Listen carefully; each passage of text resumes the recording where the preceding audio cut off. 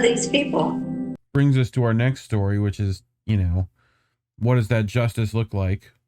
Which we talk about frequently. So this is from the Poor People's Campaign, right? They're trying to, especially for MLK Day, they're wanting to essentially say there's still work to be done, like, and that should be the focus of the day, which we also mentioned in our last story. But so this was put by was this Common Dreams? Why did I not put it in the? Yeah, it's Common Dreams. Okay, well, I forget if it was Brett or not. I think it was. It is Brett. So, which we had on the show recently. We Go had look on at those the show, clips. friends of the show, and we interviewed him last week. So check YouTube on our page to find our interview with Brett Wilkins. And links to all articles we've used are in the description below for every clip. Our job is to pick up the baton, says Poor People's Campaign on MLK Day. Today and every day, let's honor King as we end racism, poverty, ecological devastation, the denial of healthcare, militarism, and this false narrative of Christian nationalism, says Reverend Dr. Liz Thea Harris. Right?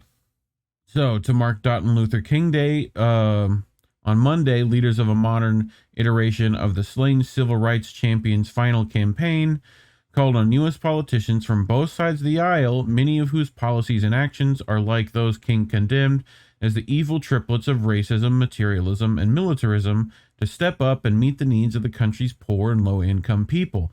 The Poor People's Campaign, a national call for moral review, released a video demanding the Biden administration and every member of Congress meet with poor and low-wealth people, religious leaders, economists, lawyers, and public health specialists to address the system policy violence that threatens the soul of our nation. So, I have a bit of that video. If everyone would like to watch with us, they can do so. So, I think I have this and this. There we go. We really can't call ourselves celebrating prophets. That's really not the biblical way. When prophets are killed or assassinated, our job is to pick up the baton and continue the work. Every round must continue to go higher. We cannot be at ease in Zion by celebrating the fights and victories won in the past without engaging the battles today. Sadly, many will go to King events today and claim to honor the prophet because dead prophets are easy to be honored. And many of them on both sides of the aisle will go, while even today they are standing diametrically opposed to the things he fought for: addressing systemic poverty, addressing racism, ensuring voter protection, just immigration policies, just treatment of Native Americans, health care for all, and dealing with the war economy and militarism. And so today, the Poor People's Campaign, a national call for moral revival, want to remind you of that. The campaign, called by Mary Wright Edelman and welfare rights women and embraced by Dr. King and many others, said that America can't truly be who she claims to be as long as there are 2 and 3 Americas, but one America that has everything it needs, and another America that suffers day in and day out. We cannot be satisfied when over the last 2 years we have seen some moral absurdities. We've seen far too many Republicans gleefully glad to get power so they can support an autocratic leadership and greed and lust of for-profit mechanisms, and so that they can engage in retrogression to roll back rights that have already been won. And too many Democrats are too gleeful over compromised successes that, yes, have done some things that we supported, but have not finished the job. We can't be satisfied when 52 senators, 50 Republicans, 2 Democrats, said no to 55 million Americans and refused to vote and pass a living wage, even though we've not raised the living wage since 2009. We can't be satisfied. When 52 senators said no to health care for all people, even though they get free health care because they got elected, paid for by the people. And even though 700 people died a day from poverty, 250,000 a year before COVID, and during COVID, 330,000 people died. Not because they caught COVID, but because they didn't have health care to address the disease. We cannot be satisfied. As long as 52 senators, Democrats and Republicans, blocked Restoring the Voting Rights Act, which continues to allow states to pass voter suppression without any form of pre-clearance, redistricting plans that are racist in their intent and suppressive in their application. Where even now there's a bill coming out of North Carolina arguing for legislative sovereignty that says once a state legislature passes bills on voting, no one can overturn it, particularly the state courts. That's not going forward, that's going backward. That's not the dream, that's the nightmare.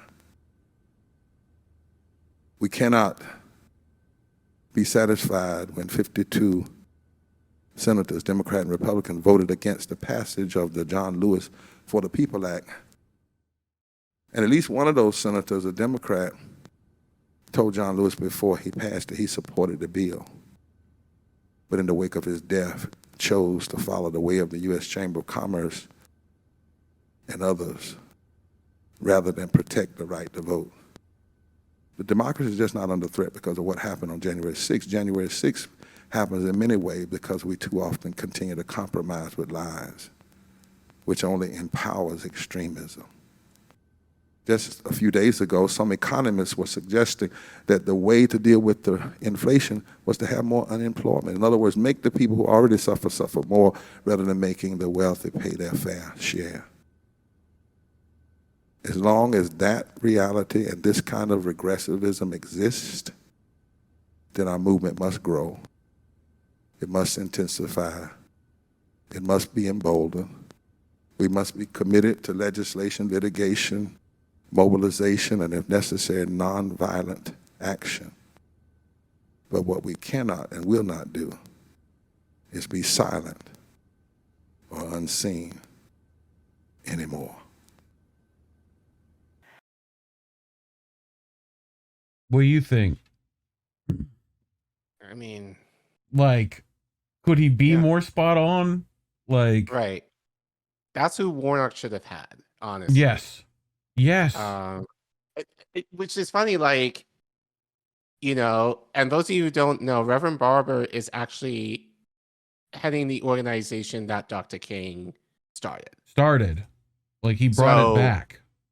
So why is it that Warnock did not invite him? So that's kind of questionable to me, you know?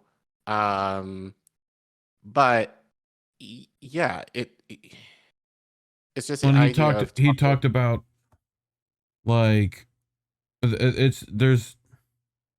he talked about the stuff that King did that people don't talk about a lot, you know? Right. You know, Roger Meadows with a $2 tip on Rockfin. I just got on 20 minutes in talking about Warnock being terrible. I agree.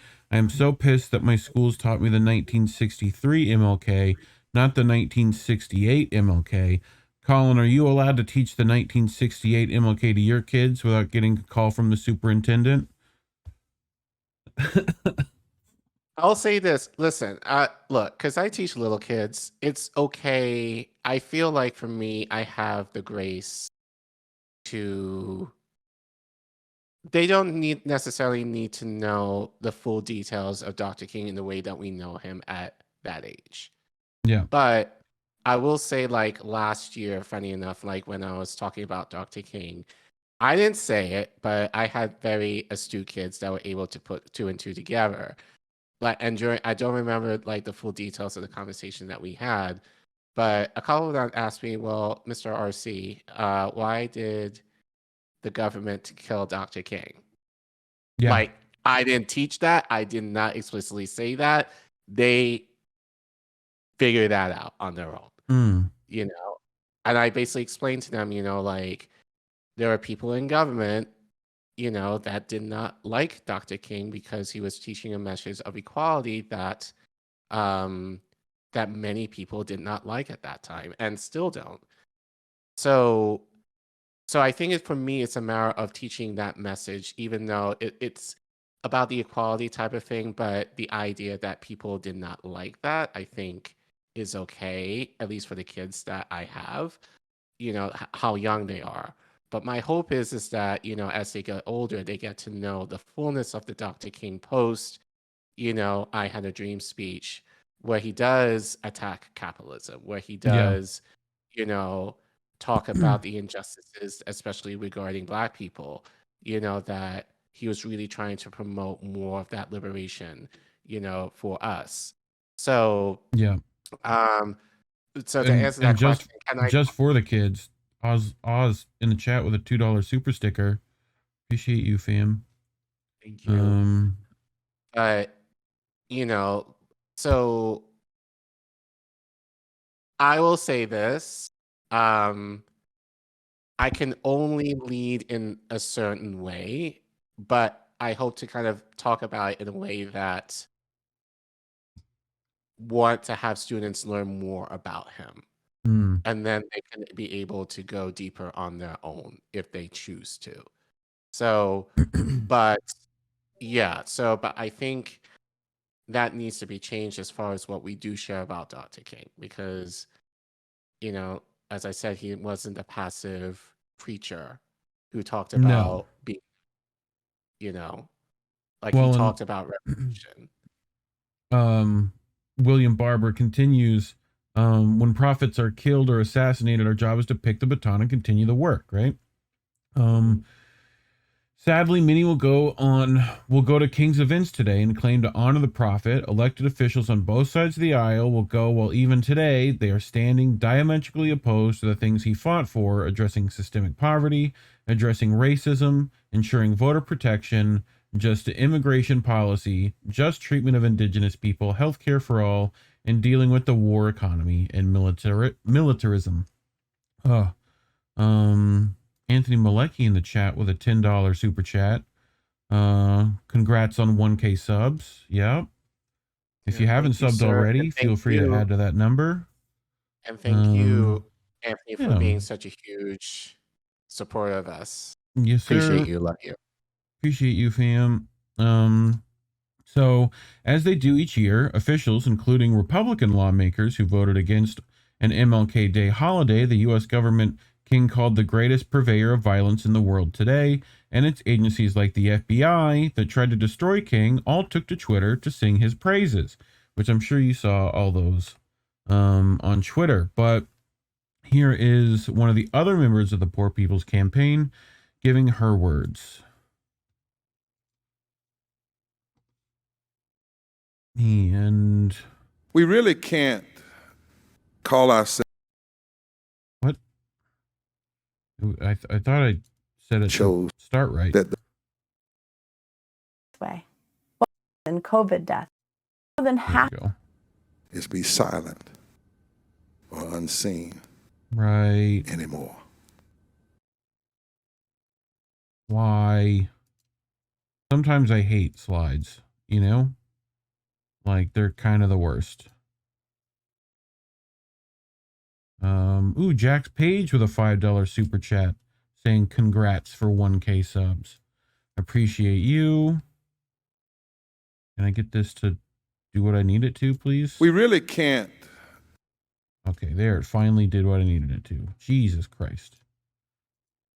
Nonviolent. Economic rights, not simply economic rights. Martin Luther King Day. There we go. Is be silent or unseen anymore. This Martin Luther King Day, we must continue a campaign for social, political, and economic rights, not simply commemorate a man. In the state of New York, where I live, more than half of all kids are poor and low income. More than 1 in 4 workers, 2.3 million people, make less than $15 an hour. Health insurance gaps are associated with nearly 10,000 COVID deaths. And New York State public schools, the same schools my kids go to, are some of the most segregated in the country. But it doesn't have to be this way.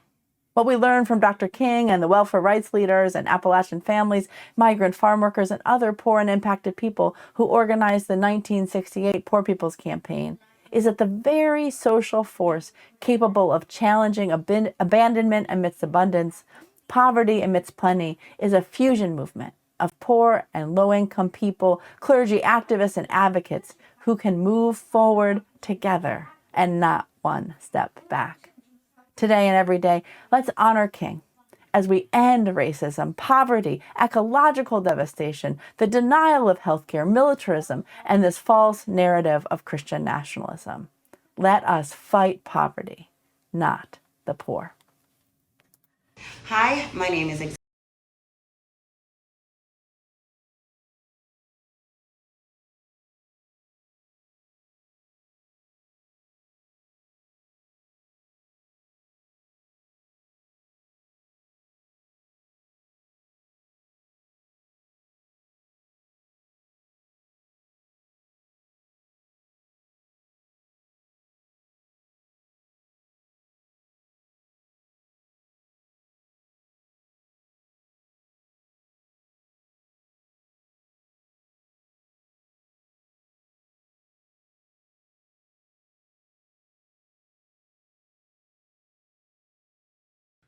How about I do this? God, what is wrong with me? Sound. So that was Reverend Liz Theoharis, right? Co-chair of the Poor People's Campaign. The video also includes messages from low-income Americans and advocates calling for healthcare, living wages, and more so everyone can thrive. I linked the article down in the description below. People can find the full video on that includes those messages. But one of them included, I live in North Carolina. I work 60 hours a week and more, and I still don't make enough money to live comfortably. Matthew Byers said in the video, I'm chasing the American dream, but I'm living the American nightmare. Raise the minimum wage. Impacted people matter too. So we talked about this a little bit in our last story, but King, along with the Southern Christian Leaders Conference, launched the original Poor People's Campaign in December 1967, months before he was assassinated in Memphis, while supporting a strike by black sanitation workers. King said the movement's demands were $30 billion for anti-poverty programs, full employment for all, a guaranteed universal income, and the annual construction of 500,000 affordable homes. I think we also covered, Collin, the Poor People's March not too long ago, but I think it was the same organization. Yes. So were you there for that? I don't remember if you made it to that. No, I heard about it too late.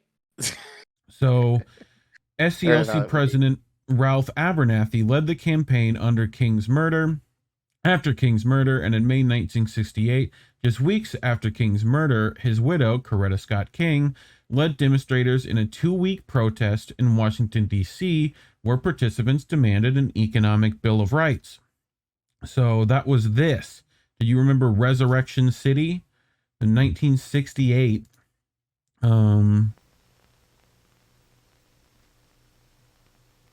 So there it is. Look at all the people there. Like, oh my God, it's you. That had to have been you. You were like that age then. You're a little older than that. I wasn't even alive then. Yeah, I know, right? That would be more like my older brothers and sisters. I got 9 children going to school now, and we'll have 11 in September. And I had been to the welfare to see could I get help, and they wouldn't help. And I really need help. A lot of people knew the condition of some of these places, and I think that when they see and know the condition, that a lot of people will be interested enough to try to make things better. I hope the nation understands that even with the problems here, that people ate 3 meals a day for the first time and had health care for the first time in their lives. We will go to Senator Long. He may not want to hear us. And as he keeps hollering law and order, as the Johnson administration always have preached, law and order must be preserved. But where in the hell is justice? we are going to plague the pharaohs of this nation with plague after plague until they decide to give us some meaningful jobs and a guaranteed annual income. That was 1968. Yeah. Like, any of those things happened since then? No. No. Well, but that's why Dr. King called his dream a nightmare. Yes. Because he said that, I don't want to say he necessarily had rose-colored glasses at that point, but I think he might have said it in the hope that things would improve, especially with the passing of the Civil Rights Act, and kind of seeing how that passed and things didn't change significantly. I think that's basically when he was like, the gloves came off at that point. I was just kind of like, no, fuck this, like, enough being nice. I want to speak what I really want to say. Right. And that ultimately led to his assassination. Well, you brought me this Twitter thread today that kind of goes right into that. So this is at Tamanisha John, I think, right? And she's quoting Derek Purnell, who also deleted all these, I think. Yeah. Like, you can't find them, right? Apparently can't, but at least they're here Right. this way. So the United States has convinced so many people that MLK Day is a day of service. Martin Luther King wasn't interested in service. He was interested in the redistribution of wealth to render poverty obsolete, less service, more redistribution. He was called the most dangerous man in America by the FBI, not because he was interested in community service, but because he was promoting anti-militarism and anti-capitalism. On MLK and MLK Day at Derek A. Purnell. He was organizing a poor people's campaign to use direct action against the U.S. government for maintaining economic inequality, not to help out poor people, but to end the idea of poor people. People will remind us that King practiced nonviolence. That is a half-truth. Martin Luther King practiced nonviolent direct action. He and others physically put their bodies on the line against the U.S. government, against state and local governments, and against the police. The direct action is often left out because the people we protest against want you to think that nonviolence means inaction, and it does not. Nonviolence also does not mean peaceful. They don't want nonviolent direct action. They don't want any action at all. So yes, clean your neighborhoods, plant your flowers, donate, or whatever other service you want to do. But if you want to be in King's tradition of building a beloved community, join an organization, do political education, engage in NVDA, call out racism, capitalism, and militarism. Yeah. And unfortunately, I couldn't find it. I found something. Another Kwame Ture pick. We're not going to play him today. But, Kwame met with Dr. King and talked with Dr. King. And so, and the clip that I found was, the sound was piss poor, so you wouldn't have been able to hear it. But Kwame basically said, if you love Dr. King, you would join an organization. Now, the issue that I had, the slight critique, because I love me some Mr. Ture. Like he mentioned, join like the NAACP and all these other, which back then were great. Yeah. But now they're not they're basically arms of the DNC. Yeah. So considering what he was saying at the time, sure, that made a lot of sense back then. Not so much now. But I think the idea he was saying then was, don't say you love Dr. King. And we see this every year. Like all these people like say his, things from I Had a Dream or whatever else and talk about this. He and Cordetta has a new statue in Boston, which is hideous to me. But that was like $8 million. 10. 10 Not was to it say 10? that's any better. 10. Like,